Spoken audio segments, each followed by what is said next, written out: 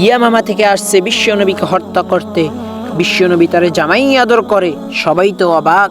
মদিনাতে বিশ্বনবীকে হত্যা করার নিয়তে এসেছিলেন, গোপনে গোপনে বিশ্বনবীকে হত্যা করে আবার ইয়ামামাতে তিনি ফিরে যাবেন। কিন্তু কি অবাক করা কাণ্ড, তিনি সাহাবাদের হাতে ধরা পড়ে গেলেন। কিন্তু বিশ্বনবী সাহাবাদের বললেন তার যত্ন নিও। সাহাবারা বললেন, আপনাকে হত্যা করতে আসছে, তার তো কঠিন পানিশমেন্ট, কঠিন শাস্তি হওয়া উচিত।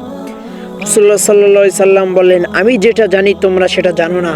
তোমরা যে রুটি বানাও সবচেয়ে ভালো রুটিটা তারে দিবে, সবচেয়ে সুন্দর খেজুরটা, সবচেয়ে ভালো খেজুরটা তারে দিবে। আর বিশ্বনবী নিজের উট থেকে দুধ বহন করে এক সাহাবাকে বলল, যাও সুমামাকে দিয়ে আসো।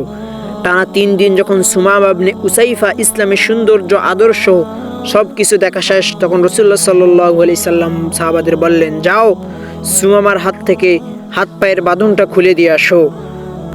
সাহাবারা তার হাতে পায়ের রশিগুলো খুলে দিল। সুমামা মসজিদে নববী থেকে বের হয়ে ইয়ামামাতে ফিরে না গিয়ে মসজিদে নববীর পাশে একটি খেজুর বাগান ছিল, সেখানে একটি কূপ ছিল, সেই কূপের পানি দিয়ে গোসল করল। সুবহানাল্লাহ।